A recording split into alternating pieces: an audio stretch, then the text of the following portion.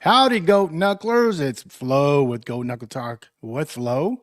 This is STS 30 with who, Lisa Nolan, my co host? With me. No, who's this STS 30 with? Who's our guest? Oh, who's our guest? Well, none other than our famous classmate, Dean Teykl. Well, I Welcome, don't know my if friend. I don't know if famous could describes it, but but I'm honored to be here. Thank you. I know. So I know we've had you on before, but can you remind our subscribers where you are currently living? I live just outside of Lubbock, Texas. Okay, and does that outside have a name? Well, I mean, I guess we're in Lubbock County. Oh, I okay. mean, So you're yeah, you're I you're just out He in the doesn't want country. to divulge where he lives, Lisa. You're no, out that's you're not out in it. the It's just country. I'm just I messing with need you. I need space. Yeah, he goes, he'll do these shows as long as he's at home and no one knows where he lives. Oh, Hey, I just didn't want, was outside. Does outside mean like Idaloo or New Deal or, probably no. No, friendship. no, no. We're just Not friendship. our address is actually just Lubbock County. He Okay. lives on the country. That's You know, right. Hey, the By country is an design. awesome place. I would live there in a heartbeat if I could. So, I'm Dean, we brought you here for a reason and talk about your PGA stuff. So I'm gonna try this. I've never done this, so let's show this little short. Oh If boy, here we go. yeah, hold on. Let me see if I can figure this out. Here we go.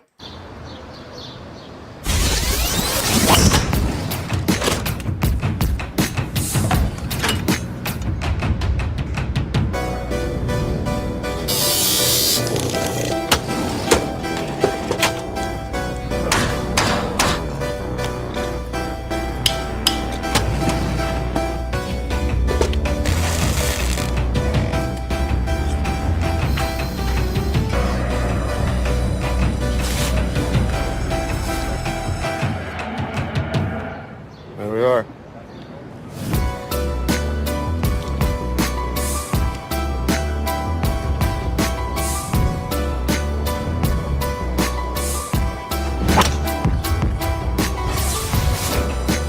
That will play.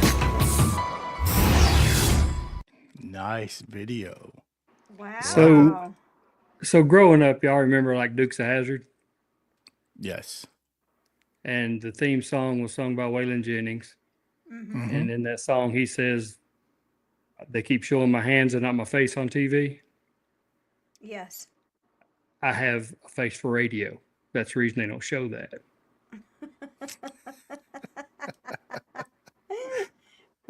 I have a total nerdy question. Maybe it is or isn't. So when you're those clubs, is there a machine that calibrates it?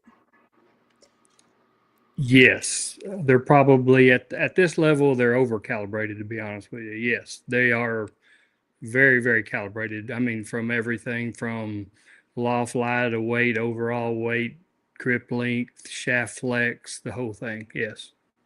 Okay. Well, I know now where to It take my clubs to get regripped. I mean, it's almost like whether it be a NASCAR, IndyCar, or something like that. I mean, it is a precise science at that level. Yes. Yeah.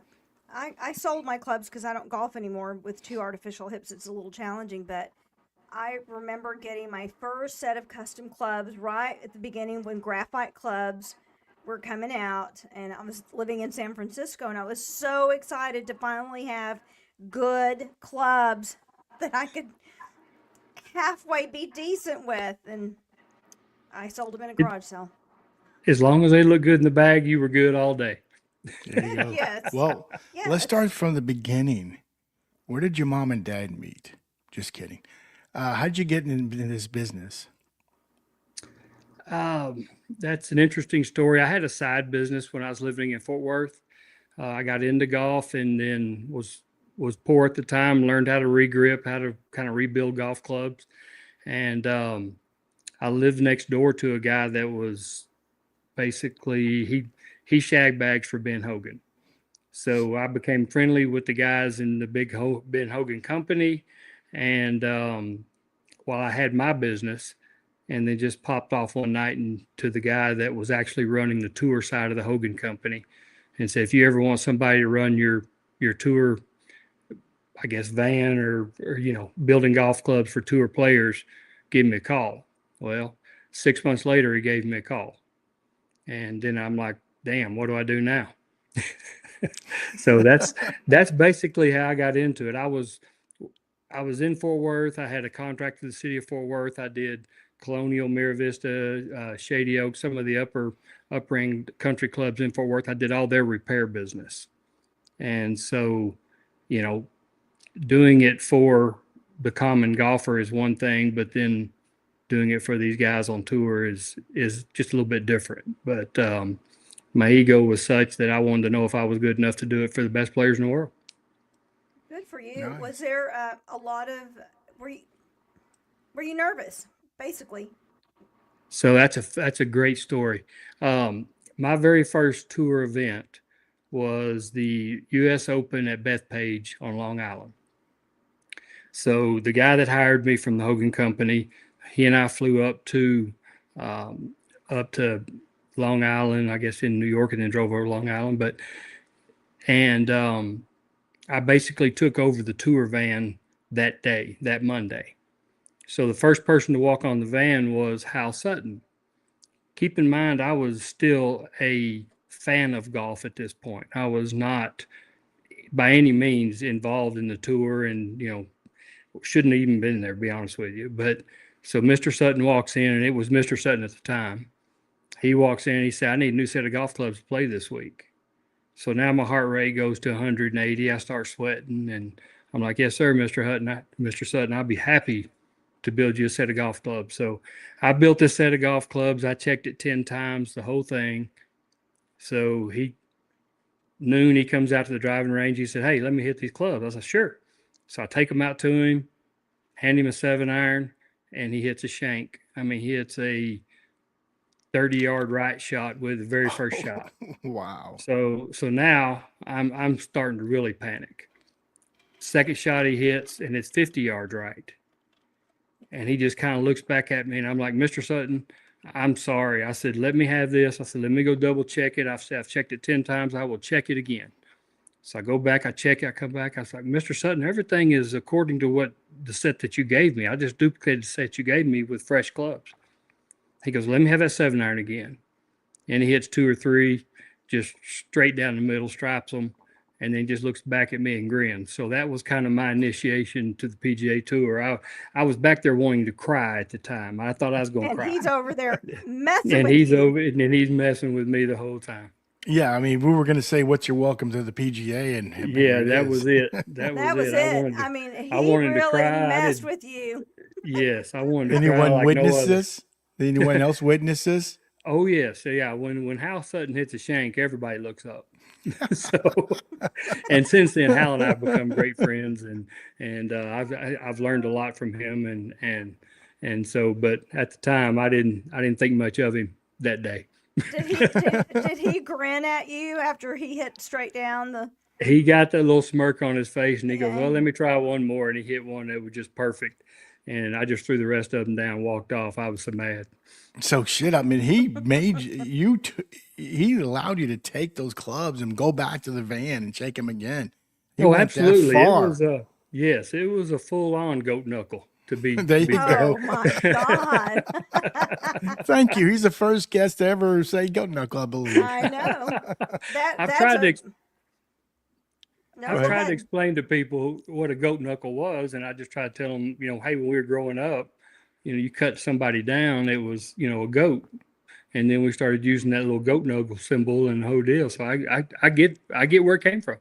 Yeah, I mean, the easiest way is if they know about the 70s show, they always say burn is the exact Yes. same thing. It's It's exact same 100% thing. exactly. By Yeah, the way, and- that was a great show. Yeah. Yeah, So that was- I'm gonna hate- That's the I'm gonna- best goat knuckle ever, Dean. Oh my Gonna gosh. bring It was a this good up. one. I'm going to bring this up, Dean. Oh, boy. I guess at the beginning you were a tour rep. I guess there's different because now you're a tour manager, correct? Yes, my title is Manager of Player Relations. or player performance is basically what it is. So when guys have trouble or girls have trouble or whomever in the Callaway family has trouble with their equipment, I go and see them and try to solve the problem. I fix their equipment or get them different equipment or something like that to fix what it is that they're concerned about. Okay. That's cool. Did you ever in a million years when we were back at school think this would be your career? You know, it's funny, Lisa. I never even touched a golf club in Plainview, Texas. I never even, I went to school. Everybody played football in high school, and that was just kind of what you did. Steve George is the only person I knew that could do both, and he was the best golfer I'd ever seen in my life. And when he intended it to go one direction, it went that direction, which was awesome. So never once. I didn't start playing golf until my last year of college. So never in my life would I have this kind of pick me. I didn't pick it. Wow. I mean, I started playing when I was on 25, and a friend of Right. mine Yeah, saw me. exactly. He saw me because I was a baseball player, and I Right. played a lot of softball. I'm like, golf? I ain't gonna play golf. So I went out with him, and he sold me his set of irons. They were Wilson blades. Mm-hmm. Blades for an amateur who's never played. He sold them to me. I still have them. I still have the Wilson 880s, I think. Or is that the putter? But anyway, I still have them. I still have those blades. I don't know if they'd be worth anything, but yeah. Hey, you never know. Dean, I'm going to tell you about my initiation into golf. I mean, I putzed around when Ronnie played one summer for the Liberal BJs, which is a semi-pro league in Liberal, Kansas. We lived with a host family and right on the country club, and I didn't have anything to do. He was off playing baseball, traveling. And this young couple that I lived with loaned me two sets of golf clubs, and so I would play the front 9 right-handed and the back 9 left-handed. I never took lessons. I just played every day, and so I got pretty good. Fast forward, I'm in San Francisco, and my brother-in-law, at this point I'm married to somebody else, and invites me to. They need a girl to play in a member guest in Oregon, and I said, I cannot do that. And he said, well, you have to, because I can't find anybody else, and you got to come up here and do this. So they come and ask me what my handicap is, and I looked at the man. I said, first of all, I don't know what a handicap is, and then second of all, what's the worst? Because that's what I am. So because I was the worst, I was the first person to tee off, and I've never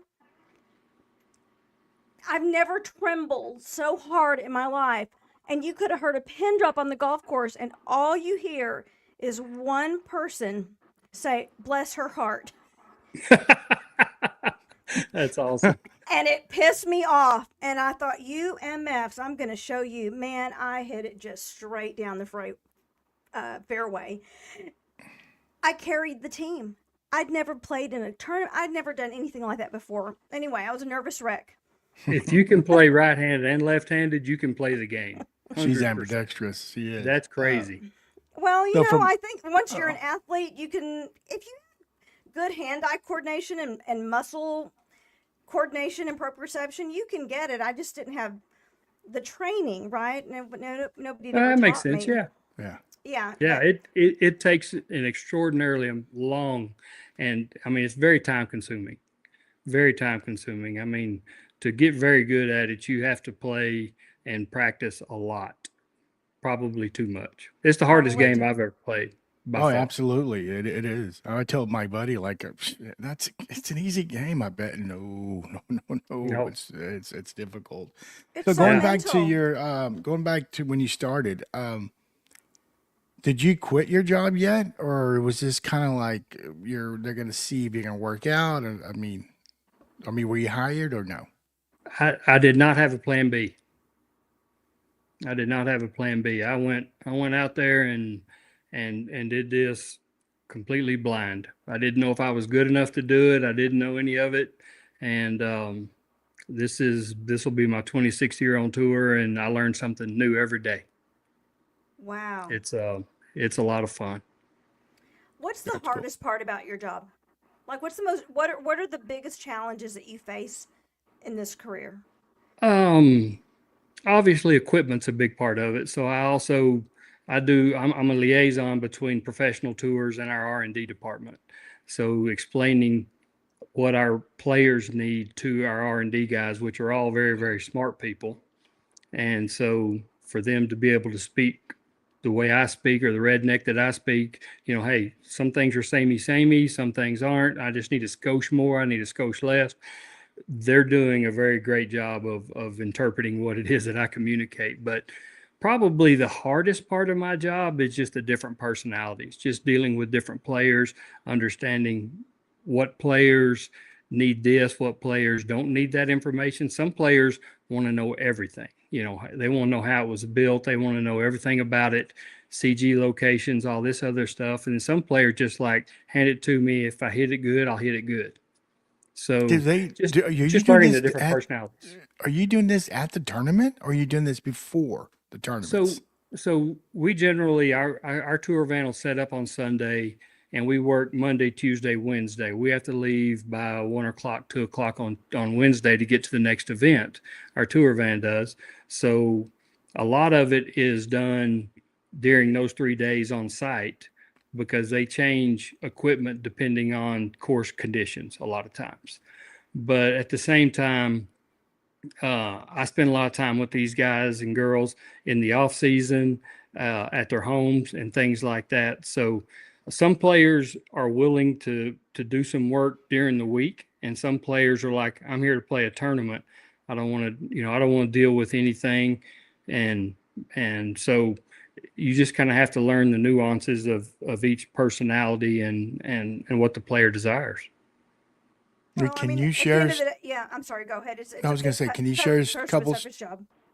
Can you share a couple stories that, besides that first one, any other time where you're sweating, because it's like in the middle of the. Well, anyway, Yeah, I mean, there's several instances of a player that, a lot of a lot of the veteran players will travel on Monday, so they don't even get there until Tuesday morning. And so if they have a meltdown on Tuesday with something that's not working for the swing that they're making, then yes, we tend to scramble during those days. All day Tuesday, we may end up working with one player. I may end up working with one player all day Tuesday to get them a piece of equipment that they can play with for that tournament. And like I said, it changes from tournament to tournament. And when you go from the West Coast to the East Coast, it's completely different conditions. And so we end up having to scramble at times. But I mean, there's numerous occasions that you're just like, I'm doing everything I can do. And sometimes you just have your fingers crossed that it works for the week. Somebody Cool. has asked a question. Dean says he got started. So this is Nick Rafael. so so Nick actually was the one that dropped me off at Bethpage. Okay. Ah. Can Dean elaborate on what qualities that guy may have seen in him? No, so Nick actually he hired me at Hogan, and then in 2004 or 5, right in that area, so Callaway bought Hogan, and then I went and started. When that happened, a company called Strixon hired me to be their tour manager. So I went and worked for the Japanese for 8 or 9 years, and then Nick got the job at Callaway.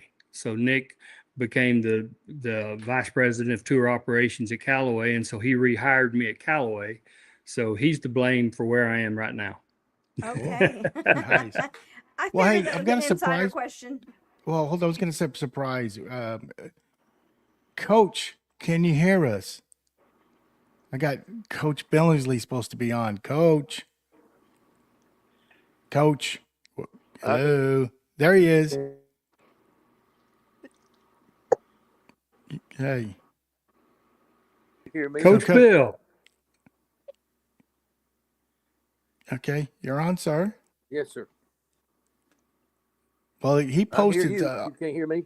We Yes, can hear sir. you. He posted on Steve George that he hadn't seen you since the day you graduated. I'm like, well, let's fix that, Coach. So Here you That's are. probably right. That's probably right. And trust me, Coach Bill, what y'all taught us in high school has served me well throughout my Well, that's good. life. I promise you. Well, that's good. I'm glad we taught you something to help you out in everyday life. That's what we try to do with young people. Y'all did a damn good job of it, by the way. Well, And, you know, go ahead, I sir. guess I'm about the only one still alive out of that coaching staff that had with you. The rest of them have all gone the way of the wild goose, I guess. I don't know if too many of them still living. Well, you know what? That you're doesn't doing something surprise me. right. It does not surprise me. Hey, Coach, can you move your phone or your computer a little so we can the other that way you can put. There you go. There's There that you go. handsome Now face. That's we a handsome see. face. Okay.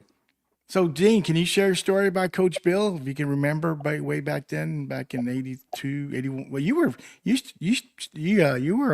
a freshman, right? On the varsity. I played varsity as a sophomore, Sophomore. Okay. and okay.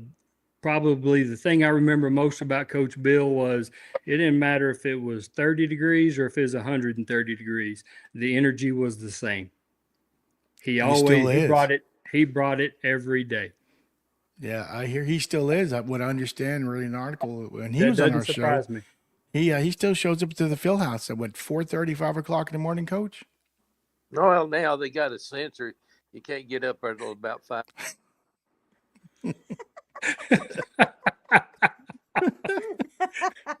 It does not surprise me. Oh, That's cute, Coach Bill. Oh my gosh.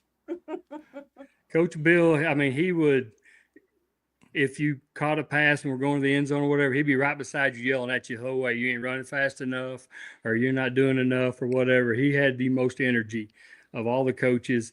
I mean, it was awesome to see. We all saw him running down the field on the sidelines. absolutely. I remember Yelling.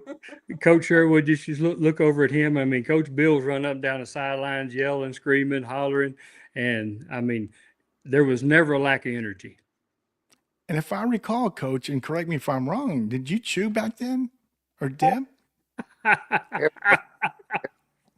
once in a while.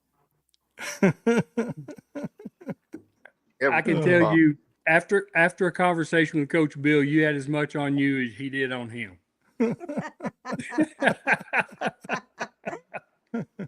Coach Bill, I have a question for you. What have you done health-wise to stick around this long? Do you exercise every day? Like, how do you keep yourself healthy? I do a lot of walking and do some different exercise up to field house. Okay. Are Hell, you that still boy- are you lifting weights? Are you lifting any weights?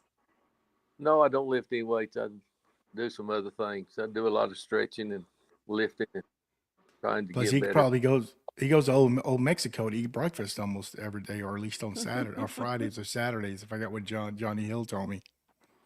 Yeah, every Saturday we eat lunch together or breakfast together. Him and another coach.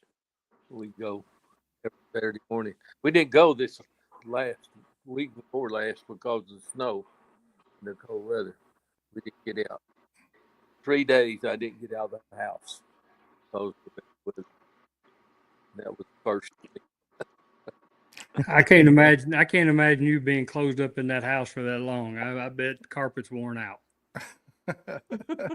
Do you make pancakes all the time, just like when you feed the football players back then? No, we have something we did back there when Coach Sherwood was here. We cook.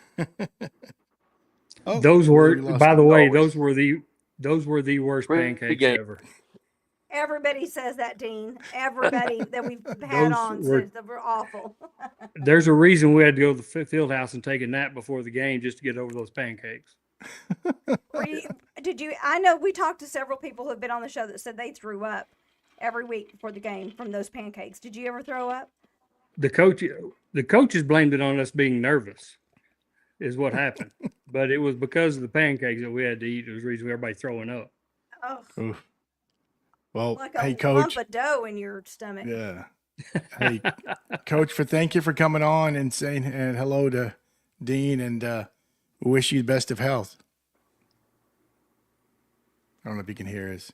I don't know if he can hear us either, but it's great to Yeah. see Coach. Yes, Coach. You take like I care, said, Coach. I'm gonna. I All hadn't right. seen him in forever, and I think the world of him. Cool. Flo thought it would be a fun surprise for you. Yeah, that's awesome. Thank you for doing that. Oh You know yeah. what? Before I forget, well, first of all, Nick said Dean is the best rep, manager, and person on PGA tours. Multiple exclamations, second to none.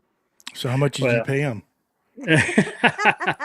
he's awfully nice, but he also has to say that because he hired me and he had skin in the game too. That's right. Well, earlier when you were talking, when I asked you what's the most challenging thing, you know, you said really dealing with people, but you know, I've known you since first grade, and you've always been a kind and mild-mannered human, and you know, I think that people relations is probably right up your alley. You know. Well, thank you for saying that. Those are kind words. I mean, I don't know. I was raised by great parents and grew up, growing up in a small town helps that as well. I mean, Yeah. I think that, because if you think about it, basically our whole class, I mean, we started in what, fifth grade together. So, I mean, it was a family thing. It wasn't, I mean, so it's easy to be nice and kind to people that you care about and love and stuff like that. So, I mean, I really, there's no reason why I am where I am today, but I can promise you growing up in a small town has helped me tremendously. Well, Dan Keffer, he made a comment on our on your promo. He said he lived right behind you. He graduated in '72, so he was a little older than us. But Dan, you remember the name Dan Keffer or Keffer? I do. Yeah. K-E-F-F-E? Okay. Yeah. Well, I just want to Yeah. mention that he brought the kids. Well, hey, Coach Bill's back. Let's say goodbye. All right, Coach. So I appreciate you coming on. If you wanted to say one more last thing to Mr. Teykl, go ahead. Take care of yourself. It's good talking to you. Good to see Coach, y'all. thank you. Thank you for everything you've done. And it's great to see you. And, hopefully I'll get back to Plainview and I may even try to get up with the field house. It will not be at 5:00. It'll probably be closer to 10, but I'd be happy to hug your neck and thank you for everything you've done for me. Well, you won't be able to recognize the field house. It's changed so much. Well, I guess that's with everything else. Like, y'all take care. Good talking to y'all. Yes, thank you, sir. Good night. Thanks, sir. Coach. Bye, Coach. Great to see you. That's awesome, man. Thank y'all for doing that. Oh, you're very Yeah, welcome. You're very welcome. He's such a sweetheart. We loved having him Yeah. on our show for an interview, and you know, he was tough as nails, but he really touched a lot of young men's lives. And he still mean, does. And he still does. I mean, Yeah. he's leaving behind an incredible legacy. I got really choked up when we had him on our show. Yeah, I can believe that. Like I said, he was like the ever ready bunny, dude. I mean, Yeah. he was perpetual motion and he wouldn't let you loaf. He wouldn't let you slack off a single time. And I mean, like I said, and I mean it sincerely, is what he gave me in life. It's cool, T. It's Yeah, all right, brother. absolutely. That's it- wonderful. It's helped a lot, to be honest with you. Yeah. Man, don't start that because you're going to get me crying. Same here. I'm a big old sap and everything. Of course, he Let's probably do- had all the. I'm going to make let's- y'all laugh. He let's probably take had a all that drink. energy, let's take a drink. from all the nicotine he had in his system. Oh, well, funny thing, funny, when you're working out and you're bench pressing, you better not struggle because he would stick his head between the bar and your head and yell, push, and there comes all that tobacco. Yeah, you were afraid to get dripped on, right? So you just started pushing Exactly. harder, 100%. Yeah, exactly. Oh man, that was cool. So going back to the PGA, Mm-hmm. how was I assume you've been to the major badass courses. I've been blessed. Yes. Yeah, bless. So you've checked probably everyone off your bucket list because of your job, but what are the top 2 or 3 that's just you were just like standing there and going here like Lisa mentioned earlier, I'm just this young country Plainview boy, and look where I'm gonna say fucking standing. Yeah, it's there's I get that question several places of what's your favorite place to go. I've been fortunate enough over the time to make friends wherever it is that I've been, whether because you keep going to the same places year after year after year, and you meet some people that just kind of become your friends over time. So it's hard for me to just say this course is this course, just because of the people that surround the community and the places that you go. But I mean, obviously the Hawaii courses to start the year. My wife and I were blessed to be able to go for, I don't know, 8 or 9 or 10 years in a row, just, going to Maui and then going to Honolulu and stuff like that. I mean, those are places that I would have never thought that I could have gone and done. And especially, I don't know, just on, you go to Hawaii on December 31st and you spend 10 days in Hawaii. That's not something that I would ever thought that I could have done. But and then you travel to Europe and Japan and Ireland and places like that. There's so many people that I know that are affiliated with those golf courses. I mean, the old course obviously is phenomenal. Here in the States, I'm kind of partial to Colonial because I lived in Fort Worth for 20 something years or whatever. But it's because of the people as much as anything. Other golf courses, that you get to see. I mean, like a Bethpage Black, obviously, Torrey Pines, a Pebble Beach, you get to see these things and not only just see them, but actually be there when a big event's happening. It just, again, I look forward to, I haven't worked a day in my life in 26 years, to be honest with you. And so I am very blessed in that I get to go and do these things and work with the people that I work with and do what I love to do and continue to learn. And I don't know. One of these days I'm gonna have to get a job and I'm not sure what it's gonna be. How many times have you stood at a course, like Augusta or Torrey Pines or Pebble Beach or Scotland, and just stood there and thought, somebody pinch me. Is this real? This is really my life. Like, I'm getting to do this. Every time I'm there. Still. Every time I'm there. Because, you never know, next year you get to do this again.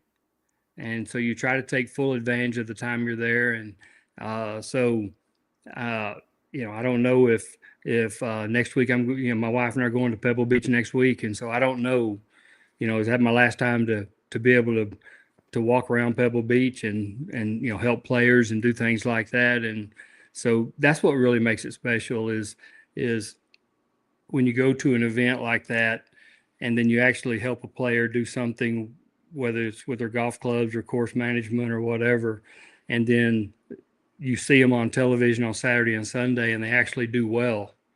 That's just, that's the reward. That's Right. that's the gratification of what I do. Well, we can ask Nick. He's watching. If you're going to be there next week or the week after. Be careful asking Nick. He's not afraid to talk.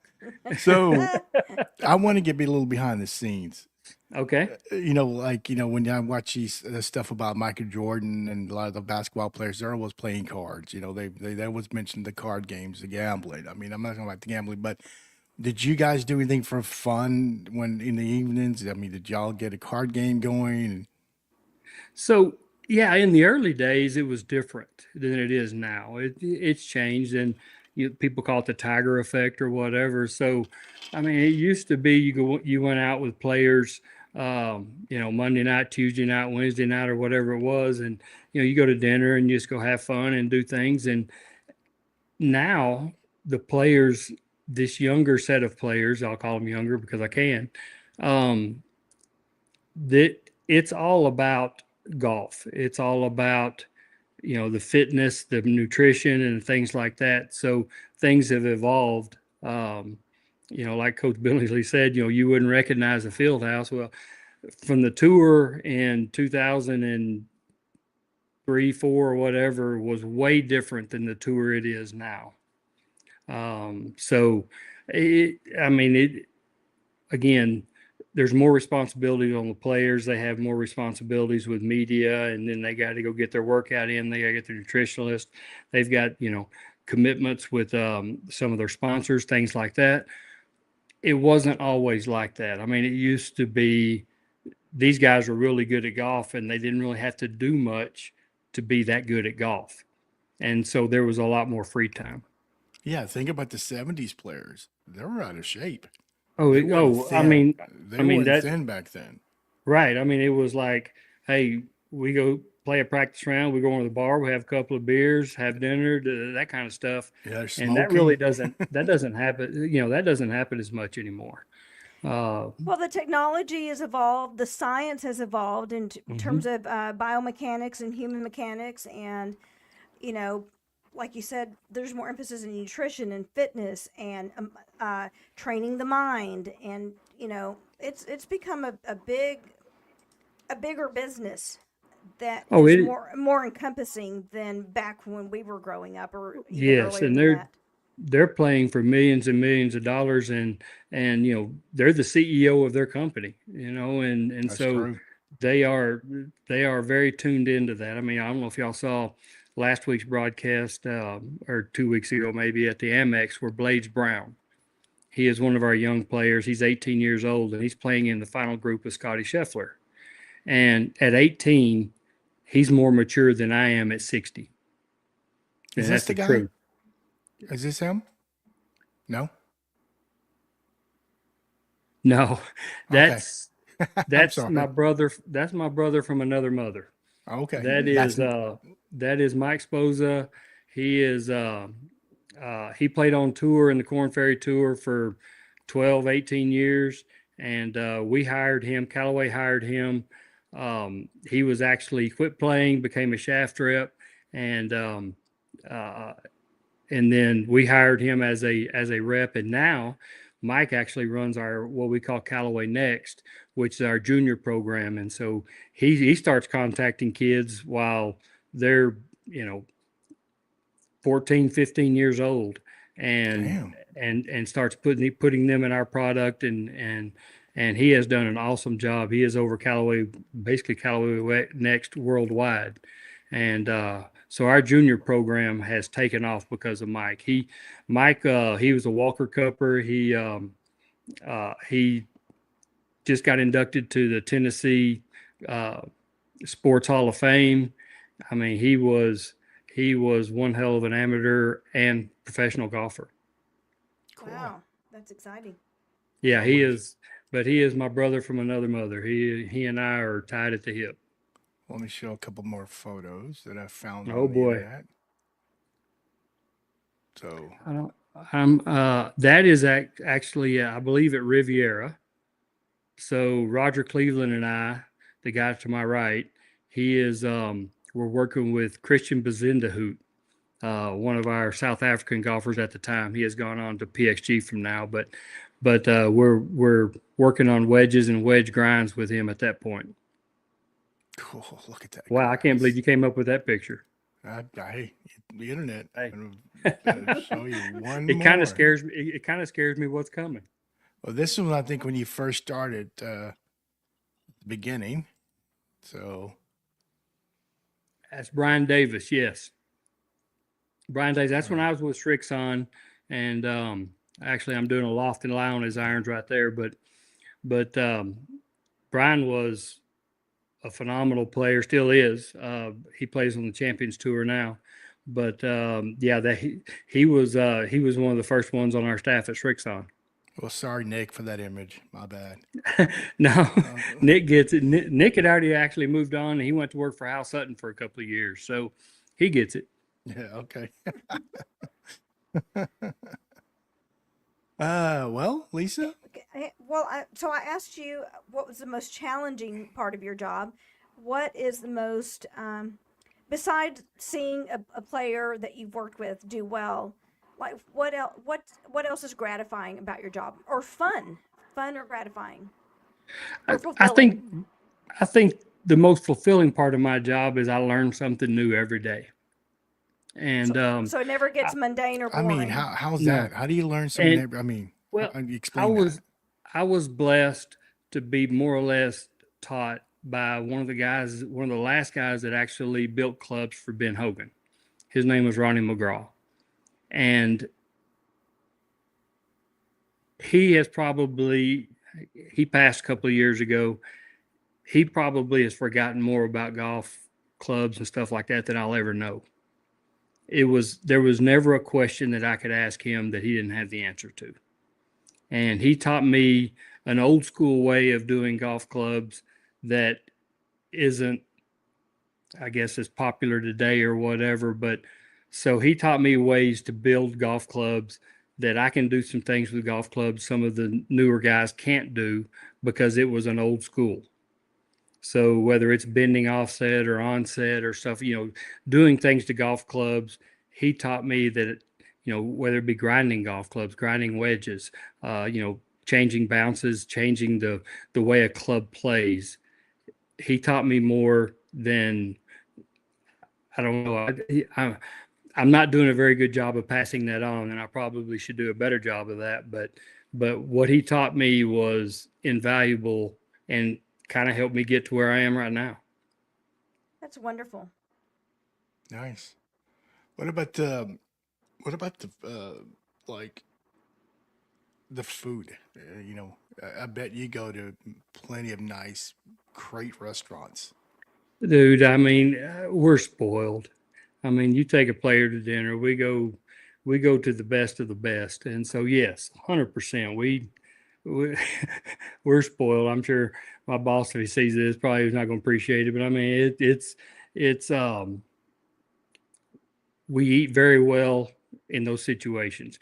Now, there's times that we also eat McDonald's, but for the most part, we are very well taken care of. Yeah, I mean, you start eating at some of the top steakhouses across the nation, it kind of come home, you cook a steak, you kind of feel like, man, that's not very good. You've been gypped. Yeah, exactly. I would imagine your palate has expanded significantly since your time in Plainview. Yeah, and that's the cool part about what I get to do is I get to travel and I get to experience different cultures and just different countries and things like that. So some better than others, but at the same time, I mean, it's all an experience and it's something new. So it's I've been very blessed in that area. I always tell people there's no better education than traveling. It's hard to explain that to people that don't travel, Mm-hmm. but once you do start traveling, you understand. It's going to sound weird. You kind of understand other people more easily than you do if you're just in your own little world. That's true. To me, when you travel, the planet shrinks. You realize how small and how Yes, interconnected we all are, and at the end of the day, we're all really very much the same. right. Um, And I I, can make friends. I've made friends across this nation and across the world that when I tour comes to town or whatever, if I'm in town, I have their phone number. I can pick up the phone and call them, and it's like we never quit being friends, right? I mean, it's one of those deals. I've the connection with people that I've had around the world has just been awesome. Well, tell us some of the wildest meals you've had in other countries. Other countries, we could probably start with Japan. So when I worked for Strixon, I was going to Japan 6 or 7 times a year, and several times you just like the Japanese tour guys over there would just take me. You'd walk down this dark alley, and you're like, okay, what's going on here? Am I about to be mugged, or what happens? And you open a back gate, and you move the laundry hanging on the line out of the way, and you sit down at this table in Mama San's backyard, and it's the most phenomenal meal that you'll ever have. You don't know what you're having, and you don't ask, but at the same time, it is phenomenal. So I'm not going to admit to what I've eaten and not eaten, but I can tell you, it's experiences like that are phenomenal. I mean, there was a time in LA when I worked for Strixon that we walked down an alley and knocked on this. I mean, it was like a secret knock. It wasn't like just knock on the door. It was like a secret knock on the door. and you went in this back room, and there was this huge kitchen, but the front of the place was like a storefront for something. I don't even remember what it was, but you just sat down at this little table, and I mean, the food they brought out and the beer and the shochu and stuff like that, it was just unbelievable. And you're like, is this even really happening? And Wow. it wasn't a place you could go, and you can't just be a person off the street and go in there and eat. This was something that they set up, that they knew the person, and they cooked for us. And it was, it's times like that you're like, is this even really real? Wow. I'm a big foodie, so things like that really just turn me on. I'm like, What are some of the good bourbons you drank or spirits? So my wife set up, um, I've had a lot, by the way, and I still do, but my wife, for my 60th birthday, she set up the Bourbon Trail in Louisville, Kentucky. So we had 20, 22 people, 23 people, and she arranged party buses and everything every day. So we did 3 distilleries a day, and so that's wow. probably one of the highlights of that part of it. That, I mean, it was absolutely phenomenal. So I learned a lot about bourbons and whiskeys and things like that, and I learned that, because it's $150 doesn't mean it's any better than $30. You just kind of have to learn what it is that you like, and once you learn that, then you kind of just start migrating to what you like, and you're willing to try different things as well. But I mean, obviously, the Buffalo Trace, the Blantons, that type of stuff was a phenomenal experience.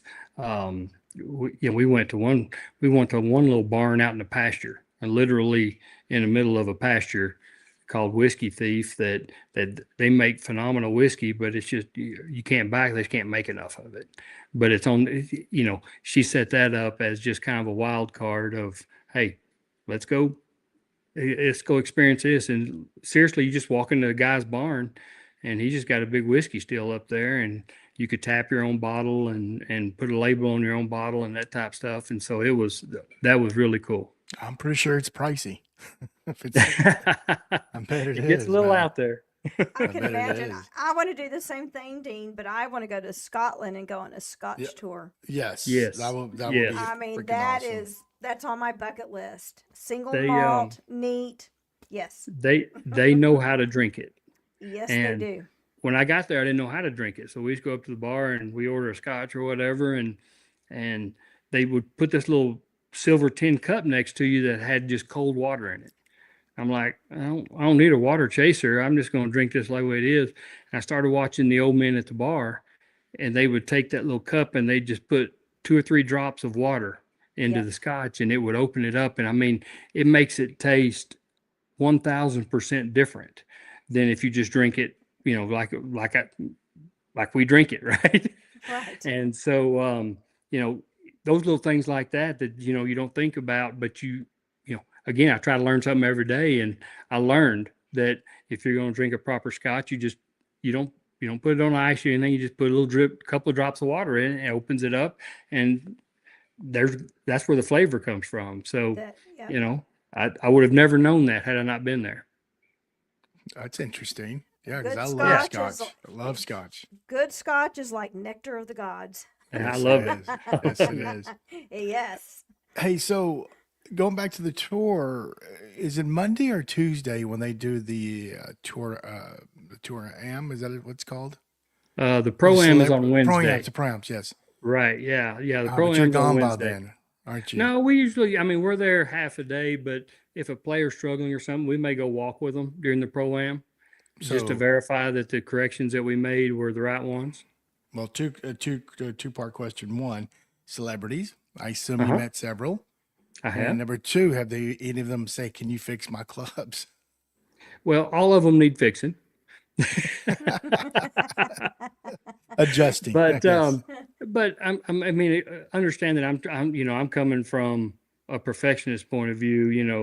OCD. Yes, could I help them with their golf clubs? Probably, but at the same time,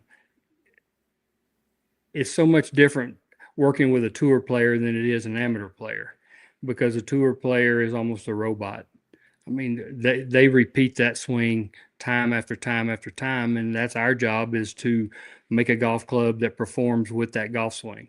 And us as amateurs don't have as much time, or just not gifted enough to be able to do that. Those golf clubs are harder to adjust. You know, do you adjust it for the swing they're making, or do you adjust it for the swing they should make? So, you know, we call it a compensation fit, or, you know what, I'm not going to work that hard at it. So just give me a golf club that makes what I do better. So who So, have you met celebrity wise? wow. I mean, I guess Arnold Palmer, you know, Jack Nicklaus, those guys, Tiger Woods, I guess those aren't really celebrities, they're more golfers. But we had Justin Timberlake on our staff for a while. You know, our celebrity staff, we had Steph Curry on our staff. I believe, I mean, there's right now, and I'm sorry, that's going way back, but I mean, now we have more influencers that we deal with than we do probably celebrities. So, you know, with a good, you know, that type of stuff, we deal with those guys. Roger Steele, we have him on our staff. I'm sure I'm leaving out several big names, but we have several celebrity type people come through our test center, our performance center, monthly. And so I don't always get to work with them, or I don't always work with them, but you know, they're a big part of our business, because they do influence not only social media wise, but they influence, you know, people the places they play, you know, the country clubs and stuff that they play. Are they So, I nice? mean, that's a big business. Have they been nice? Most of them? You know, I haven't ran across any, because keep in mind, I mean, you know, we're their mechanic. You know, their car's broken, and so, you know, they're going to be nice to the guy fixing the car. Right. So, so I haven't you know, really came across anybody that was rude, or somebody that I just like, you know, I don't need to work with that person anymore. What's the funniest thing that's happened to you on any tour in your job? Ah, that's a great question. The funniest thing?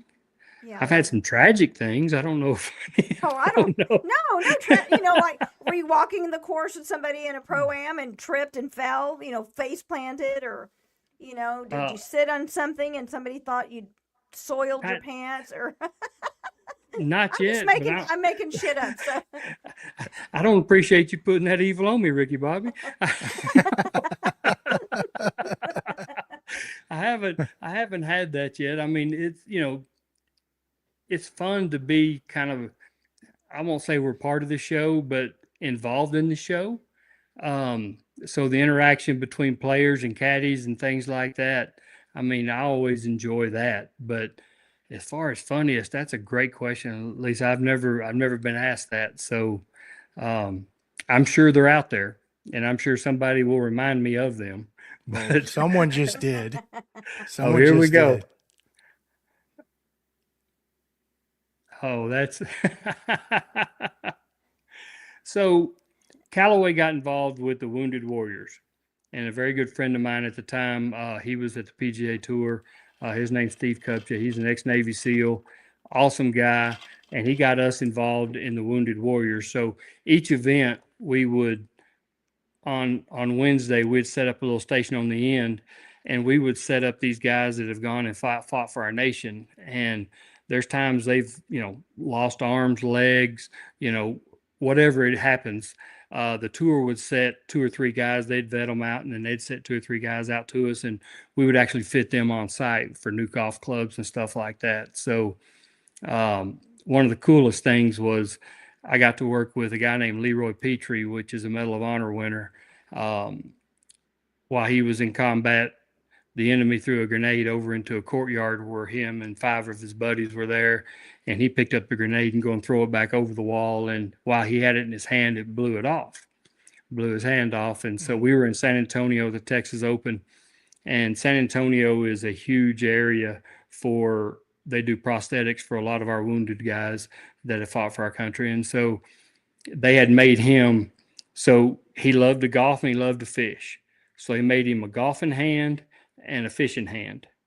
So he could fish and golf with his kids and stuff like that. And so um, we had him out there and we were fitting him for golf clubs, and he kept complaining about the prosthetic hand that they made for him, kept biting into his arm on the top, and it's all carbon fiber. I'm sure it's like a $25,000 hand or something like that. And so I just took it into the tour van and started grinding on it until it started working for him. So that's one of the coolest memories that I have. Because these guys, they go out and they put their life on the line for us to live our daily lives, and if this little small effort of whatever we can do for them, getting them golf clubs or whatever, if it helps them, it's not enough, but it's what we can do.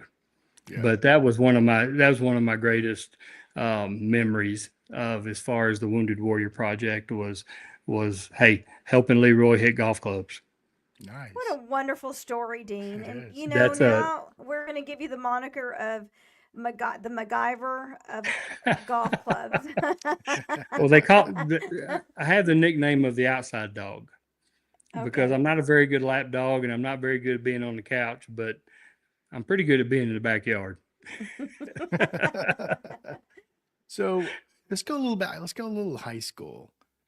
Oh You're boy. what, 6'3", 6'4"? I was probably 6'3" in high school. Yeah, 6'3", Yeah. about 210. And you drove a Fiat, probably the smallest vehicle. I did. And Thank you for bringing that up. Yeah, why would someone 6+? So my mother saw this little silver Fiat sitting down there. I believe it was at McGavick at the time. And it was a Fiat X19. And she, growing up, always wanted a little sports car convertible. So she talked me into, this is the coolest thing ever. And it was pretty cool. I'm not going to lie, it's pretty cool. Not so cool in Plainview, but it was cool. It was cool. So yes, I did. I drove a Fiat X19 probably a year and a half in high school. I think I blew it up, to be honest with I you. loved that car. I wanted that car. I did not fit in it very well. When I took the top off, I think I looked like that little dog that always had his head out of the sunroof. Yeah. That's kind of the way I looked. There was a guy that played softball with us. He was 6'3" in Lubbock, and he was like 280. Big guy. He bought him an ARC-7. And every time I rode with him, he'd have to ride like this. Yes, I mean, that's his kind of, head would hit the Yeah. bottom of the convertible, and like, dude, why'd you buy this car? that's probably where I learned the console lean. I just lean over on the console now, and just try to get smaller. So let me show you another photo. A little I don't know if preview I'm ready for photo. this. No, this one does not have you in it. This is from our Okay, good. 40th reunion. So we had 3 groups that teed off. So on the left, that's Peter, Randy, me, Man, that's great. Oscar, Garcia, and of course you got Russ, B, Mo, and Myron. And to the right, you got Bob and Broussard, Weeks, Adair, and Bockham, and Adair's wife and Bockham's wife. Well, this is Saturday morning after Friday night, and a lot of these guys, of course, sit a plate, just drinking Sure. water. Sure. Well, anyway, Mickey and his group teed off first. To make a long story short, no one, including Mickey, got off the tee. No one ran it up the leg, hooked it, cut it, whatever. I mean, no one got off. So I was a little hungover. I was in shorts and flip flops, and Broussard hit the last shot. I said, "Let me have your driver." Weeks threw me a ball, and you can ask any of these guys. Teed it up, I popped it, hit it, I nutted it right down the middle, and I just rolled my little tiger swing. I'm like, "Here you go, Scott. You guys can hit that one." If I remember right, I think Mickey was a pretty good golfer too, wasn't he? Yeah, he was a high school golfer. Yes, Yeah, Yeah. he was on the golf team. but he That's what couldn't get I off thought I either. remember that. No one got off the first tee. And they even hit a mulligan. Well, I've been back and played. It used to be called I don't know what it's called now. I mean, it's called Jack Williams now, or it was called Jack Williams. Now it's I think it called, still is. yeah. And I've been back several times and played and seen a lot of people, like Brent. And I don't know if Jeff's ever been back to play, but like Mayberry and you saw Neil and those guys, it awesome, awesome to go back and be able to do that because I mean, we just never went out to the country club. Yeah. I mean, if you went out there, you were a guest for somebody and you went to go swim. That's just what we Yeah. did. Yep, that's true. So, any high school questions, Miss Lisa? No, well, yes, I do, but I want to ask just one more question about what's been your most favorite place to travel that surprised you the most? Oh, so okay, favorite place and a place that surprised you the most in a good way. Japan probably surprised me the most. Just didn't really know what to expect or whatever. And Japan is an awesome spot. Awesome spot. It's just the culture, the food, the congeniality of the people. It's just awesome. I mean, they're very respectful and I really love Japan and Japanese people in my travels. Probably my favorite spot would have to be Scotland. I mean, if it's just, if I get a chance to go to Scotland, I'll go. And it's just, I love the countryside. I love the landscaping. I love the buildings, the architecture. The people are very much like Texan people. They're very free spirited. So they're really good people to hang around. If you learn that accent, you could pass for a Scot. I could pass for a Scot, and they have adopted me as a Scot, but I'm on the redneck side of the Scotland side of things. Do you always stay like at hotels, or do you ever shack up with like some of the golfers who maybe rent a home or something? I've done both. Really, because of our work schedule and things, hotels are easier. Just because, when you're a guest in someone else's home, you kind of have to be respectful of their hours and their timing and things like that. So a lot of times, Monday through Wednesday, we don't have a time frame. We don't know when we're going to work or when we're getting off work. It's early and late generally. Now we get our 40 hours in 3 days, basically. You fly now, right? You don't drive the van. I assume that was your earlier years. Now you right. That was the early years. Yeah, right. That was the early years, and now I fly everywhere I go. Yeah, in fact, I've got $3.3 million or 3 million miles on American Airlines. Oh my Nice. gosh! Does the travel? So you know what that old? gets you?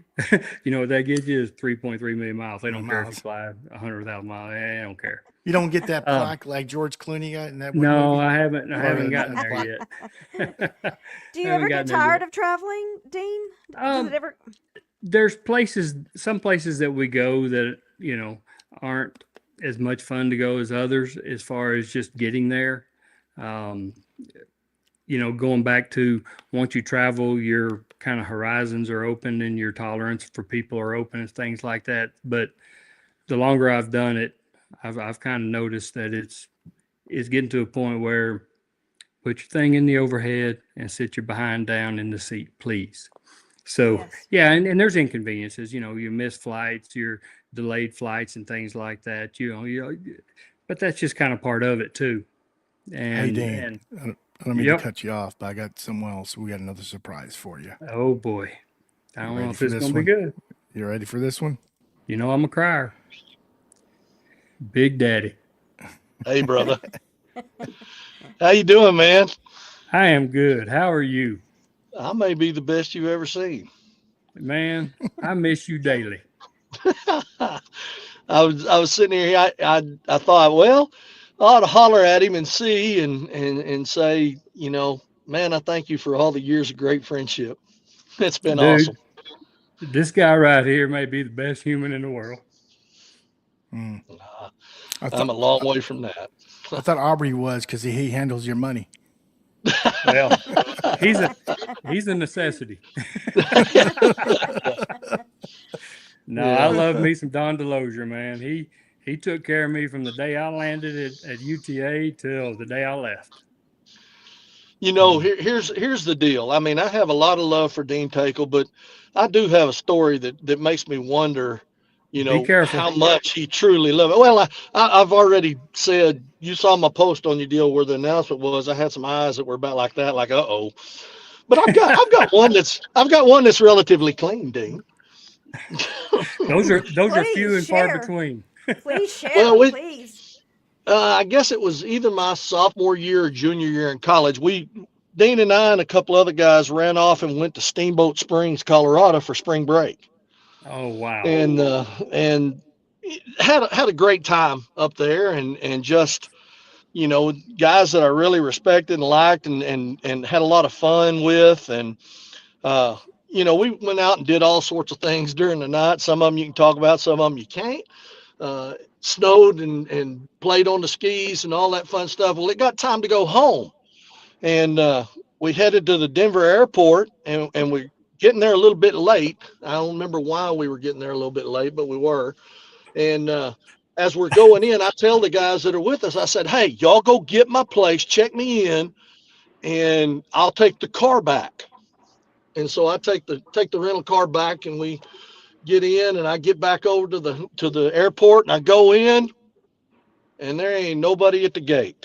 Not any of my friends, not anybody else on that flight, nothing. The flight has gone.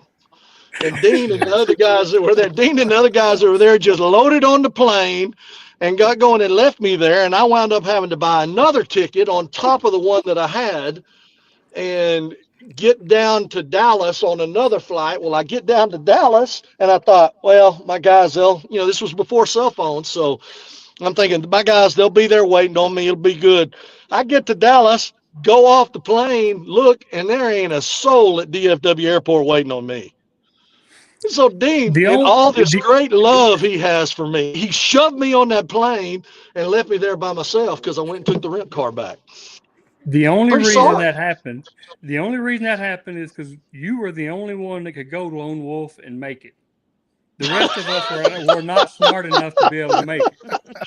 Oh my gosh. What I about can your So we remember all walking luggage? on, we and then all I Hey had to call Don. Bill Bloomer of all people, Dean, to Oh come get shit. me. That's who came and got me at the airport. What about your Bill was luggage?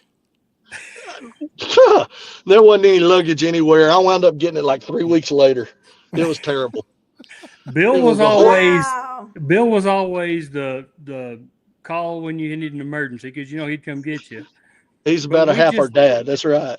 we all stacked hands and knew if anybody could make it home by themselves, it'd be Don DeLosier. So that's the reason that happened the way it happened. Yeah. I, That's And funny. I I'm gonna don't die on that cuss a hill. whole lot. I don't I'm cuss gonna a die whole on lot, that but I hill. went out to that gate and they were gone. There wasn't no word that wasn't coming out of my mouth. I Yeah, couldn't I believe will die on that hill. Don, it's in the past, and I was over here cussing in my head for you. Yeah, Oh my gosh. exactly. Like, And what Yeah. the how about hell? the two airports? How about the two airports? The Denver airport, which is a busy son of a gun, and DFW when I got back there. It was awful. Yep. Yeah, and then Hey, this It is was like you awful. But said, the this is trip, all but before cell phones. I mean, no cell yeah, phones at all. exactly. Because I knew you would have been Exactly. I'm texting gonna these pay. guys what you were saying. Oh yeah, which no doubt. I'd been thank God they did not have cell phones. And the no miracle of kidding, this and story, nobody. He would have done a selfie on his Facebook, Dean, and blah blah blah. Y'all, Yeah. Oh no, and just would have yes, kept thank going God and there kept wasn't cell going. phone. It would have and got a Well, million here's the. views. I'd and have the had him whole on Live 360 and known where he was, though. That's for yeah, sure. They'd been going on that exactly. plane. I've been going, get your butt back off the plane. And the miracle of this story is that you remained friends. Yeah, right. Oh man, I'm gonna tell you, there's a whole lot of other things that came in between here and there, and that friendship never was questioned. Never questioned. Well, let's go back to football real quick, guys. Hereford and Plainview. Okay, Oh boy. Share a little go battle, her. and if you guys have any stories to share about each other during the game? Really, we were in different years, so we didn't play against each other in junior high, but we did when we got to high school. Correct. Yep. And Dean was a kind of a lightweight tight end. He didn't have to stand there and block like the rest of us did. He got to go out and do other stuff. They kept doing that in college too. Something about he could run a little bit. I don't know. What do you think, Dean? Well, I was always scared. It's easier to run fast when Yeah, you're scared. he could run a little bit. They were timing me with a calendar on the 40-yard dash. So Well, here's I guess Carson Teykl said it's Don DeLozier. Is that Yeah, your that's son my or? that's my oldest daughter right there. Oh, my bad. Okay. yep, Yeah, she's heard yep. plenty of Don DeLozier stories. And her mama too. Oh, Well, gosh you know, we almighty. would What? invite both of y'all and a couple other UTA guys to come on, and then let's really have some fun. That'd be Oh fun. my goodness gracious. That'd be scary, is what it'd be. Yeah. Well, yeah, I'm gonna. You're right. Choose There's your some other things that two shouldn't be told. wisely. Yeah, I got to choose the other two Yep, wisely. So Yeah, each one of you yep. choose another guest from that time to come on the show with you guys. Let's see, Dean. If we could get Tom on there with you, so that was Dean's roommate most of the Yeah, time. yeah, we Yeah, get Tom on there. You and, know, Andy for and you, right? Andy or Chad, either one, be Yeah, kind of scary. Chad be a good one. that Yeah. would be good. All right. I'll reach out Yeah, to Anyway, both of y'all. we need to get that hooked up, man. It'd be We'll fun. get it done. yeah, it would be. Well, man, Dean, I just wanted to pop in here and say something. I've got some other things I've got to go do, but I appreciate you and I love you with all my heart, and I hope you really understand that. You've been a great friend Dude, forever. you're my favorite for all time, brother. I love you. I love you too, bub. Michael, thanks for having us. Thanks for letting me share with you. You're welcome, sir. Good night and have a good evening. Thanks. Thank you, Bye-bye. Bye. Don. I can promise you, in high school, I'd have never told that to another person from Hereford. That you love them. But again, you got a second guy that has your money. You got to love him a little bit. Well, I love Aubrey. Yeah. Aubrey's my boy. Well, he had a couple of more quotes.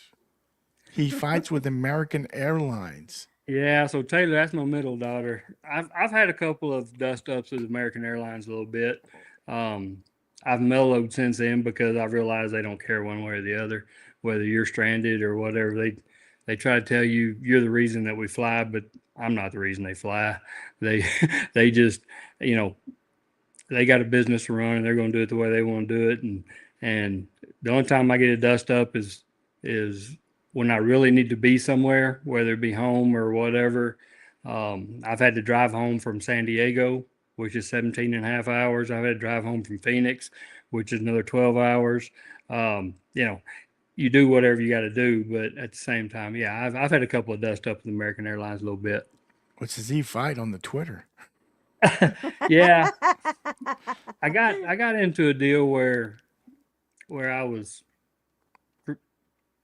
I guess it used to be called Twitter, you know, where you tweet a lot or whatever. And Nah, it's X. Yeah. I've invited a couple of airlines employees to meet me at the gate when I was a little hostile, which No shit. probably wasn't. Yeah, probably wasn't the best idea. Like I said, I've mellowed. I'm too old to fight anymore. Dean, how many kids do you have? So I have 3 girls. I have 3 girls and 2 granddaughters. Oh, Wow. nice. You're a grandpa. Yeah. What do they call Yeah, you? I can't. Papa D. Papa D. I Yeah. love that. What's the best thing about being a dad? Girls are awesome. Sometimes the boys they bring home aren't so much, but the girls themselves are awesome. I mean, it's I don't know. I you know, just all of my girls were athletes growing up, and it was a very humbling and exciting time to be part of their lives. I don't know. It's you know, watching my granddaughters grow up now, it's a little different day and age, but I feel sorry for them a little bit that they didn't get to grow up when we did. Yeah. You know, Yeah. when we grew up was an awesome time. You know, you didn't have the focus on you, and you didn't have somebody with a camera around you all the time, and you could just kind of be you and do whatever. But um, all three girls have just been awesome. You know, they're just kids being kids a lot of times, and you just try to, hey, you're gonna make mistakes, and just make it to the point where, hey, it's not something that's going to change your life. And so, I love my girls, and I got a chick farm. That's what What's I the best have. thing? What's the best thing about being a granddad? Because it's a unique thing to see your baby have a baby, right? Yeah, I mean, that was an enlightening experience. You first off, I wasn't old enough to be a granddad. I didn't think I was old enough, but I just mentally or whatever, I didn't feel like I should be a granddad. But just watching my granddaughters and how they've grown up, and just how they've matured and what they've accomplished and things like that, it's awesome to see. And it's fun. We don't get to see them. They live in Mansfield. I live out here in Lubbock, so we don't get to see them near as much as we want to. We FaceTime with them from here and there, but uh, just seeing how they are maturing into young women is just awesome. That's cool. So all Yeah, girls, it's like all cool. girls, daughters and granddaughters. Daughters and granddaughters. That's all I got. Wow. We have a Tia Harrison that said, "Hey, Dino." Yeah, that's my middle daughter. So she cheered at Tech, and so now she's doing insurance here in Lubbock, and I think she has an office in Plainview. I think she does some insurance stuff in Plainview as well. So Oh, look who Aw, just look who popped in. wrote. Aw. Elise, that's so sweet. I Yeah, was it going is. to ask you about her. So did y'all ever really know Elise when we were in Yeah. high school? Yeah, Yeah, she was. yes, always absolutely. she was kind of always the quiet one, right? I mean, she just Not the least I knew. Just she kidding, was Elise. Just kidding. she was the better part of the Teykl family. She's the one that she was actually the golden child, to be honest with you. Yeah, she's a saint. Wow. Well, let's get some dirt. Let's get a little dirt before we get off, Lisa, about high school. Let's Oh show boy. these daughters and the daughters know We what don't need kind of. dirt. Yeah. There's plenty of dirt. Were Uh-oh. you? Oh, I don't know if I should show this one, but people are gonna read it. People are gonna read it anyway. We did do that. We did. You just rolled her down the stairs in the sleeping So bag? we lived. We grew up in a 2-story house, and we convinced Elise that if she got in a sleeping bag, because it was padded, we could just push her down the stairs, and it'd be like really cool. It'd be like kind of like a roller coaster ride, and she wouldn't get hurt. I'm sure she got hurt more than not. But the funny part about that story is we did it more than once. So she was willing more than once.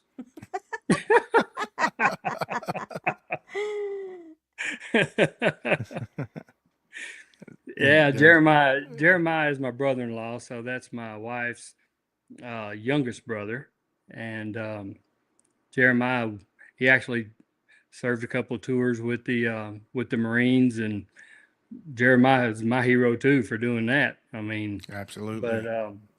but yeah, Jeremiah, he kind of had the opposite thing that I had. He's got 2 or 3 boys, and now they finally just had a little girl. So he's going to get to experience the girl experience. So I feel sorry for the young man that she brings home. Yeah. Well, yeah, why don't for you sure. share this? You told on Sunday we talked about licks, and you talked about the time when Mo and you got from Mr. McBee. Can you? I don't remember why Mo and I were in Mr. McBee's office at the same time. I don't know what we had done, but I'm sure it was something bad. And he hit Mo so hard. Mo was hanging on to the arms of the chair. He hit him so hard, I promise you a contact fell out onto the chair. And I'm going up next. I mean, it was 3 licks. That's what you got. You got hit 3 times. And I saw him, and Mo was a big man in high school. I mean, he was one of the tougher guys that I'd ever met in my life. And Mo gets up a little misty eyed, and I'm thinking, can I opt out for D Hall? Can I like stay after school and do something besides get these licks? Because I'm not sure that I'm gonna cry like a baby because it's gonna hurt. And I'm telling you, I promise you, I think I saw his contact land on that chair. So did you Sure get the wasn't his, lips? it sure wasn't his eyeball. Well, it might as well have been, I think. Yeah, no, McBee hit me next. Oof. Oh my And- gosh. And then you have to go to class, right? Then you have to go to class after it and sit back down. And you don't know if you're sitting on a chair or not because everything from your legs down is numb. So again, I don't remember the incident. Mo may remember better than I do, but I remember being in there with Mo. And first off, if you're in the vice principal's office with Mo, it's not a good thing. But secondly, to watch him take the beating he took, and then you got to go. I should have gone first. If I'd have gone first, I'm not sure it'd have been as bad, but I knew it was going to be bad. Were y'all part of that group of guys that came into school with the girls' leg warmers? Because I know everybody got. Wasn't it you and Mo and No, it was a class of Right. 82 guys. oh, it was okay. I Yeah, it thought was it was. Mosley, D-Berry. I thought it was our guys. I mean, they could have done it too, but the ones I remember, and then there's a photo in the annuals, 82 guys. Okay, because they got sent to McBee as well. Ooh, I'm sorry. That's all I got for you. I'm like, so Well, what's your best memory of high school? Like, Well, something that that's a really great stands out. question. You know, I guess as years go on, I guess the high school kind of gets thrown into a big blob or a big ball of stuff. But I think it's just that we probably knew every person that we graduated with. You know, we graduated with what, 350 people? Is that fair? Yeah, 320. Some- So 330, yeah, something like that. Yeah. And we had been going to school with them since 5th grade. And we some started- since first grade. Well, in some since first grade, 100%. Yeah. But, you know, Plainview adopted this system where all the 5th graders went to one school, 6th grade went, and you just kind of rotated around. And so that's probably the coolest memory that I have is we got to know each other. Mm-hmm. And, you know, this is going to sound cliche, but in our day and time, race wasn't a deal. Mm. We were just friends. It didn't matter where you came from or whatever, because you were in school together all the time together. And that's probably the coolest thing. And that's something that I wish young kids could experience today without all the, you know, outside influences and stuff like that. I just think that, you know, that's the coolest part that I remember from high school is we were a pretty tight knit class, but I think every class that came through there was because of that system. I agree. Yeah, and we were the first class to start it. Yes. In Yes. 5th grade. We were 100%. the first class, yes. Yeah. Yeah. I mean, you know, I remember 5th grade having to go get on a bus. You know, I was We- bused across town and then bused to a different school the next year, until we got to Estacado in 8th grade. I mean, that's the first time I got to be close to my house. Everything else, we were bused everywhere. And, you know, some of that kind of created some of that camaraderie, some of that, you know, we were just a tight knit group. Absolutely. Here's Yeah, I mean, another. it expanded our friend group. Yes, 100% it did. Yeah. Yeah. I can remember, you know, being a freshman, being scared to death to go to high school with a bunch of people I didn't know, Mm-hmm. you know, Well, because we didn't, that's true. That is you absolutely know, we true. didn't know the upperclassmen. I mean, Plainview's a small town, but we still, you know, we knew who they were, but we didn't know Yeah. them. Unless you were one of our classmates' brother or sister. Right. You know, Right, through exactly. them. Yeah. Exactly. So, well, Elise is asking about another. Again, we grew up in a 2-story house, and, you know, I mean, we had the advantage at the time of being able to maybe sneak out at night, and not that there was a lot to do in Plainview at 12 o'clock at night, but at the same time, 1 o'clock in the morning or whatever. But, you know, if you needed to sneak out, you could. So there was a TV antenna right outside of my bedroom window. So you could take the screen off and you could get on the TV antenna and shimmy down. The problem with shimmying down is you've got to figure out how to get back in. Exactly.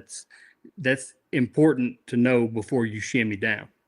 Was at least a cool sister and let you in? Or Yeah, was I she mean, shimmying down with you? Yeah. yes, both. But we also grew up in a town that nobody locked their doors. No, that's true. I mean, Forgot do y'all about that, remember your yeah. doors? Your door to your Never. house ever being locked? Yeah. Never. I never had a house key. No. I mean, I never. didn't. I mean, if that door ever got locked, we may never be able to unlock it from the outside. I don't know.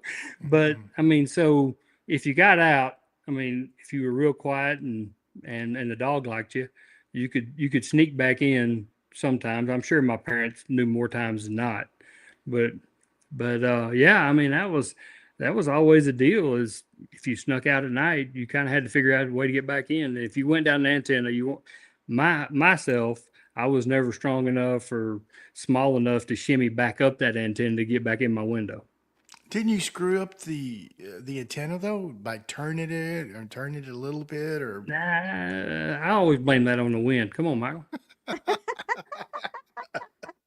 Hey, so did you and Elise either snitch on each other or cover for each other or both? Both. Both. I mean, when Lise was young, we'd get into a scuffle or whatever, and she'd go crying to mama.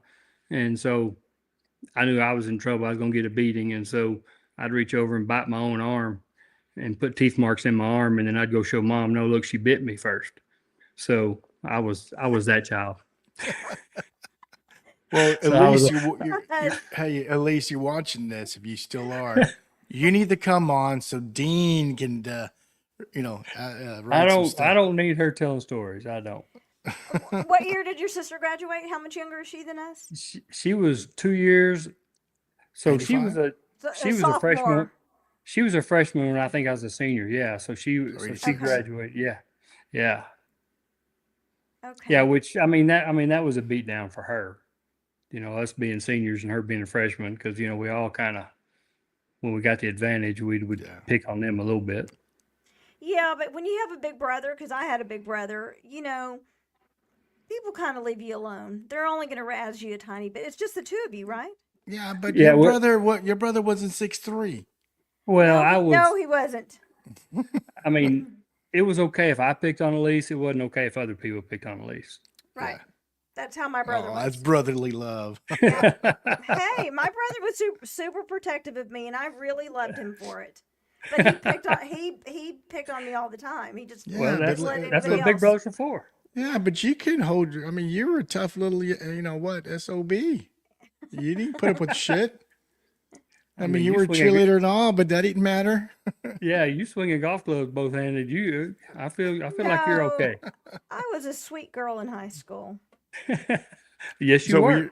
we got a 100% couple you more were. minutes. I'm sorry, we got a couple more minutes left, but let's talk about Coach Sherwood. What did that man mean to you? And of course, all the other coaches too, but Mr. Sherwood, Coach Sherwood. Going back to what I said to Coach Billingsley, I mean, he gave you things that you could take with you into life. And you don't realize it at the time, but he was teaching you about life as much as he was football.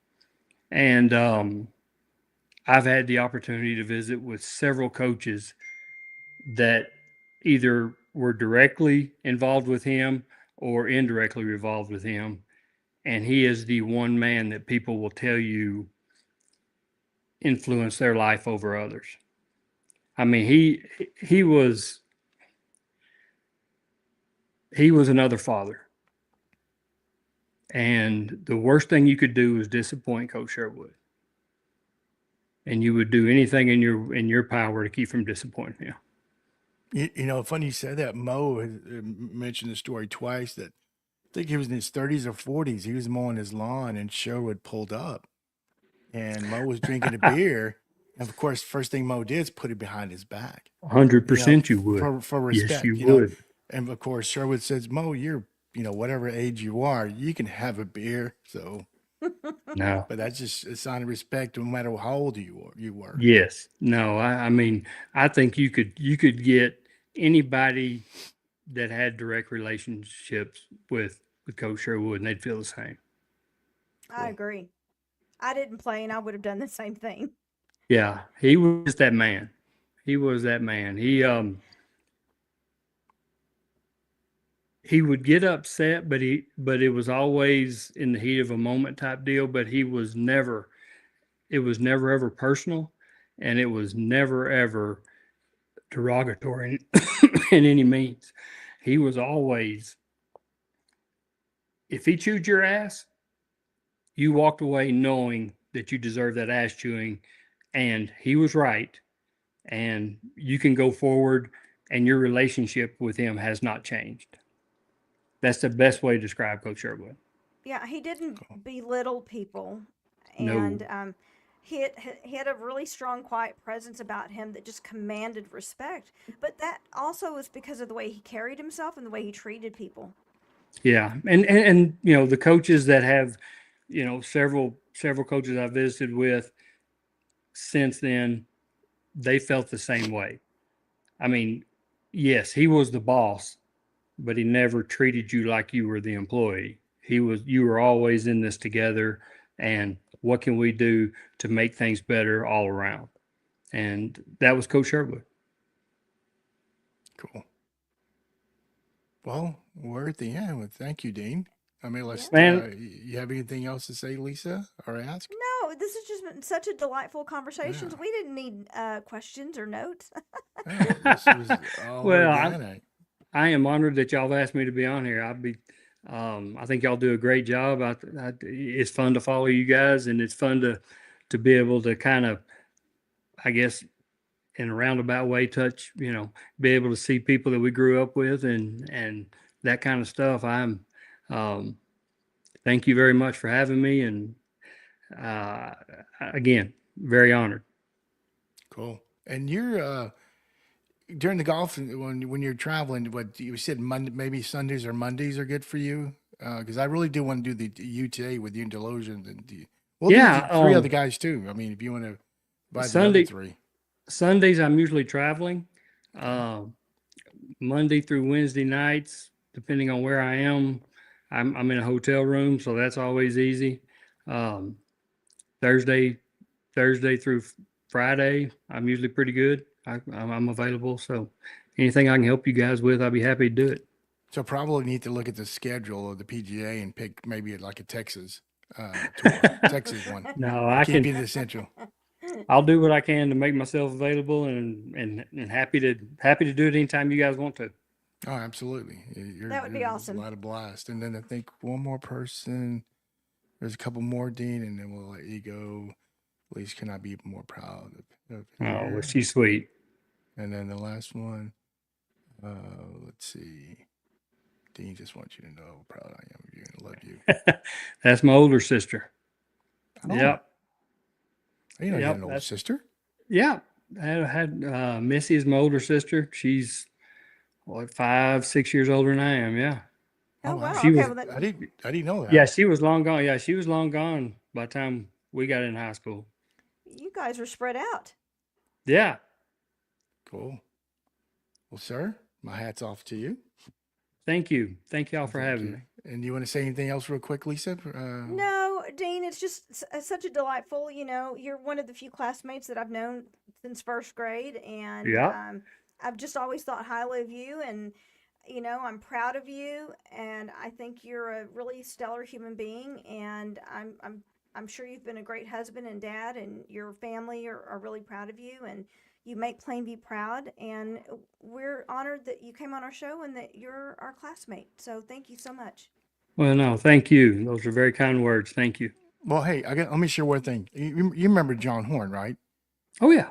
The pro golfer. Oh, Well, sure. I was living in Fort Bend, and they just they built Shadowhawk. I don't know if you've been there. It's a very prestige country club. Right.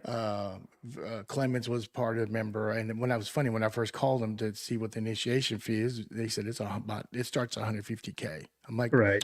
cool, all right, never mind. Yeah. Good talk. Yep. Yeah. So to make a long story short, one of my neighbors used to loop out there a lot, and there was a tournament called the Three Amigos, and he said, "Hey man, it's a 3-day tournament. Won't you come help?" I'm like, I'll put some vacation time." So I went and looped, and it was like $5,000 the fee was, and I think the winners got Rolex. But anyway, the first day, I forgot which hole it was. It was a par three. Well, the Amigos was Blaine McAllister, Freddie Couples, and Jim Nance, and they were there, and it was cool. We got to meet them. But as we were coming up to the par three, Jim Nance, there's John Horn from Plainview, Texas, and I didn't Right. realize I had a Plainview guy in my group, and they went to college together at U of H. Yep. So after they hit their shots, and I mean, I went to John. I said, "Hey, I'm from Plainview too." "Oh, bullshit, dude! I know Carol and Joe. Bye, yeah, I do." So we had a great conversation, the rest of the tournament. But I think I think he shot the course record. But it's only Shadow has been around about a year and a half. But he shot like 60 something that day. Yeah. I think if I understand correctly, like John was Freddie Couples' best man in his wedding. I guess. I don't know. I think hey. so. Wow. And in fact, Freddie was in our van at Torrey Pines 2 weeks ago or last week. Okay. He was in our, and you know what? I wished I'd have, next time because Freddie's coming to our performance center, I'll probably be there for him. But yeah, so I'll bring that up to Freddie and see where we are. Yeah. Yeah, See very how cool. Dean calls his guys Freddie, What? all the first names. Come on, man. Hey, You're all that. if you give these guys an inch, they'll take a mile. What about what's his name? Yeah. Did you ever hang out with who's the bad guy? The wears all the plaid color, smokes, hits a drive. What the hell? Blonde guy. He's overweight now. John Daly? Daly, yeah. Daly. Do you Yeah. Yeah, hang Daly out was with on. him? Yeah, Daly was on our Callaway staff for a while. Sure. Yeah, you know what? You won't meet a bigger hearted person than John Daly. I bet. He is a big hearted person. I love me some John Daly. And Cool. what you see is what you get. He's not trying to be somebody he's not. He knows the history and he doesn't care. He's living Oh, life. man. That's right. That's Well, right. Mr. Teykl, thank you. Hey, you made Thank y'all. Plainview class of '83 very proud, man. There's two thank more you. comments he needs to read. Okay, hold on. Oh boy. All right, let's see. So proud of your dad. Love you. Yeah, that's Carson. That's our oldest. Okay. Check farm all around. Okay. Yeah, that's Tia chirping again. Or that's Taylor. Oh, that's Tia. Dean just wants you to know how. Yeah, that's my older sister. Yeah. That's right. I already showed that. Well, Okay. I appreciate them. I appreciate them tuning in, listening, and it's not anything they hadn't already heard. Well, the rest of your classmates haven't, so we learned a lot about you, brother. Well, I appreciate it, and I'm proud to be, part of Class 83. I mean, like I said, we were a family. We Well, were a tight knit group. I hope you buy that Fiat back. I hope you see No. it somewhere and buy that. That's not gonna happen. And don't put that in any of my children's minds. Girls, either, 'cause- Fiat. No, that should not happen. It's not a safe car. Let's just start there. No, it's not. It's not anything that should ever be done. Yeah. I loved your car so much. My dad bought me a Fiat, a used one. He never got it running, and I went to college with a damn Chevy Chevette, and that Hey. Fiat stayed in the garage. Well, I was lucky to promise you drive. that Chevette was a much better car than that Fiat. Probably. I was a lucky sophomore to get a 79 Trans Am loaded T-top. Mm-hmm. Looking back at That was all the me. cars that our friends drove, wouldn't we love to have all those back? Yes. Oh yeah, well, Bodeker still has his Z28. Dude, No. He still Jimmy- has it. Jimmy has like a damn museum. I bet he What? does. Yeah, I think he has his original Z28 on He blocks does. right now. He does. I think he has it in a barn somewhere that's going to be one Hiding- hell of a barn find for somebody in 30 years. Well, Oh, he my he said he gosh. told me he's hiding from his kids. I'm sorry, Well, I'm there you kidding. go. There you go. Because I think every kid, all of his kids, they want the car. They want the car. Yeah. But I anyway, don't blame him. thank you, Dean. Love you. Thank you, guys. Wish you still the Love y'all. best of success. And Yes. we'll see you soon in a few months again. Perfect. Let me know when I Cool. can help. All right, See brother. y'all. Thank you, Dean. All right. Take care. Bye-bye. Good night.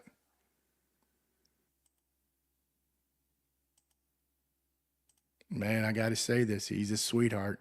He is He's a so big he's so old teddy delightful. bar. Yeah, he's very delightful. You know. So let me put this out. This is a sorry, Lise, we missed this one, but it says he drove my daddy's station wagon. Oh, She drove the station wagon. so anyway, I hope I this know, was a thank fun you. one. Thank you for those of you that are viewing, his family and friends and that you've come onto the show and commented during the podcast. So thank you so much. Absolutely. We really appreciate it. Yes. Well, next week for our Valentine's show, which will be Friday the 13th, will be William Hancock and Ginger Bell. They didn't meet they didn't date in high school. Maybe they did, but they haven't. Not like the other previous where the couple's been married since high school. They're going to be getting married this year. I believe it's this year. So it's one of those Plainview couples who got hooked up in later life. So Can't wait to hear their love story. absolutely. So anyway, guys, howdy Flo, saying good night. It's gonna be my new look now that I got these. I bought these, and it's be a lot easier to wear my cowboy hat. But anyway, you want to say any last words, Miss Lisa? No, just another fun night of catching up with a classmate. I really enjoyed it. Absolutely. Well, good night, Thank you. guys. Go Knuckle. Peace and love. Peace and love. So love you guys, and we'll see you again.